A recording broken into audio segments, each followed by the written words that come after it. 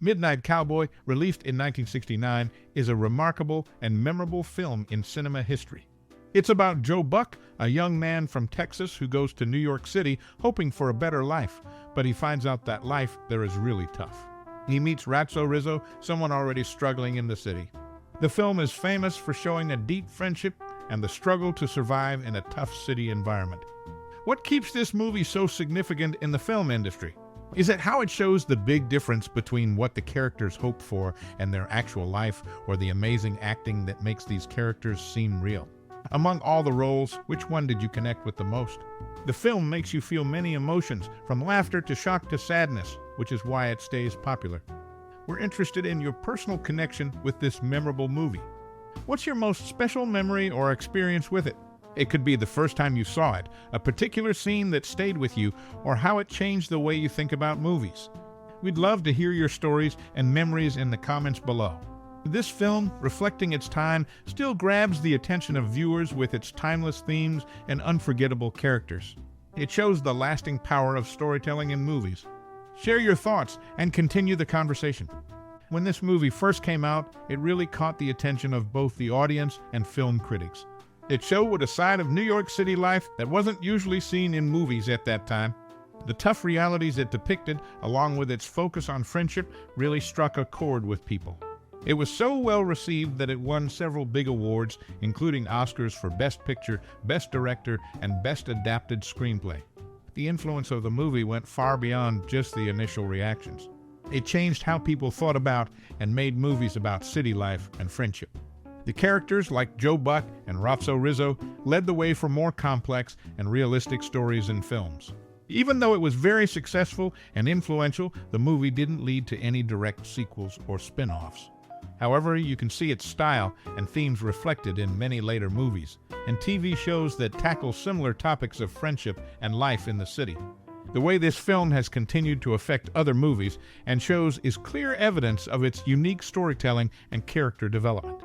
Unlike typical blockbuster movies, this film didn't create a big range of products for people to buy. Instead, its influence was more about inspiring other filmmakers and storytellers rather than making merchandise. The movie is also still significant today.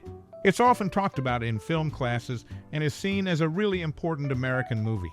Its themes like loneliness, chasing dreams, and the tough sides of city life are still relevant, which makes it a timeless film. To sum up, when the film was released, it was very well liked, and it has had a big effect on how movies and stories are told. It didn't turn into a big commercial series, but its influence is clear in many other films and shows. It remains a meaningful and moving film that continues to attract and affect new viewers.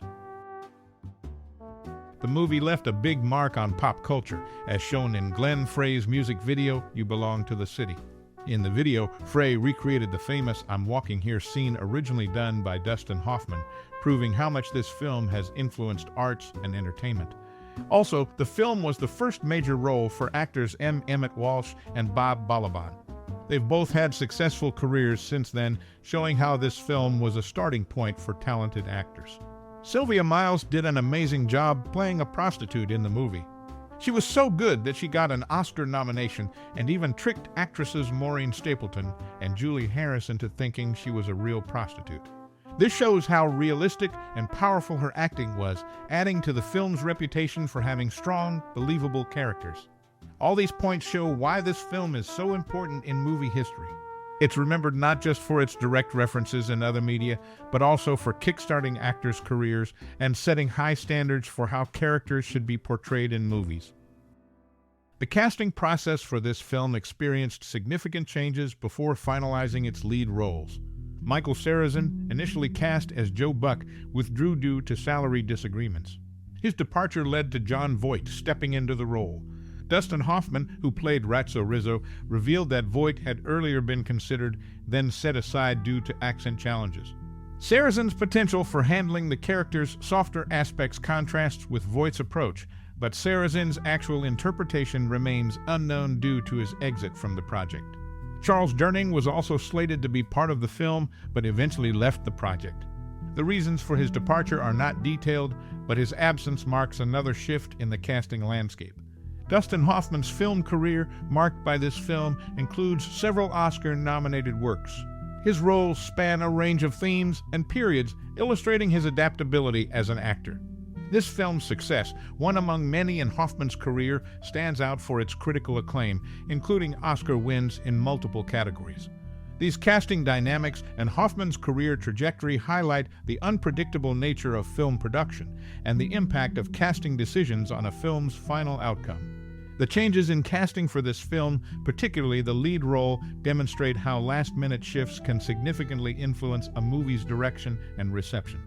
Hoffman's varied and successful film career, underscored by his involvement in this film, reflects the importance of adaptability and skill in the cinematic world.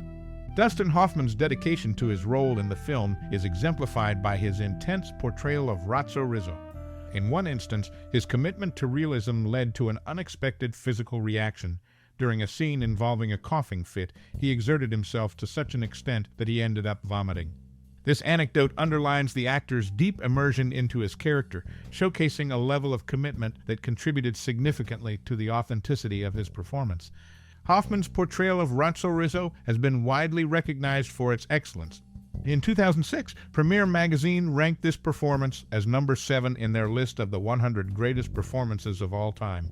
This accolade reflects the lasting impact of his character on the film industry and audiences alike, marking it as a standout in cinematic history. An interesting behind-the-scenes fact involves Elvis Presley, who was initially interested in playing the role of Joe Buck. A studio executive even suggested modifying the film to suit Presley, envisioning it as a potential vehicle for him if it included songs and was made more palatable. However, Presley ultimately chose to act in Change of Habit alongside Mary Tyler Moore, a decision influenced by his belief in its stronger storyline. Ironically, Change of Habit did not achieve significant success and became Presley's final theatrical movie. This decision highlights the contrasting paths of these two films and underscores the divergent career trajectories that can result from a single choice in Hollywood.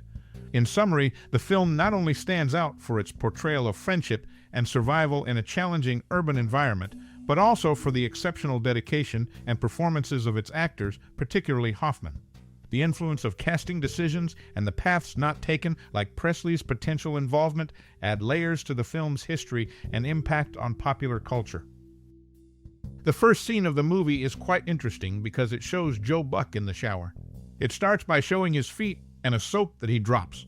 Then the camera moves up his body as he bends over to pick up the soap. This might remind some people of a common joke about dropping soap in showers being linked to gay encounters. It's not clear if the filmmakers did this on purpose or if it just happened that way. In the book this film is based on, written by James Leo Herlihy, Joe Buck has dark brown hair and Ratso has blonde hair, which is different from how they look in the movie. This shows how the movie makers changed some things from the book when they made the film. The director, John Schlesinger, got some ideas for this movie from a not very well-known movie from Yugoslavia called When I Am Dead and Gone, made in 1967.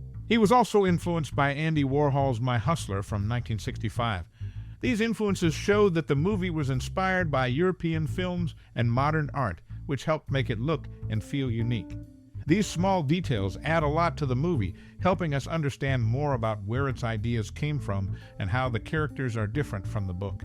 These parts, along with how the movie shows city life and its timeless themes, make it an important movie in American film history.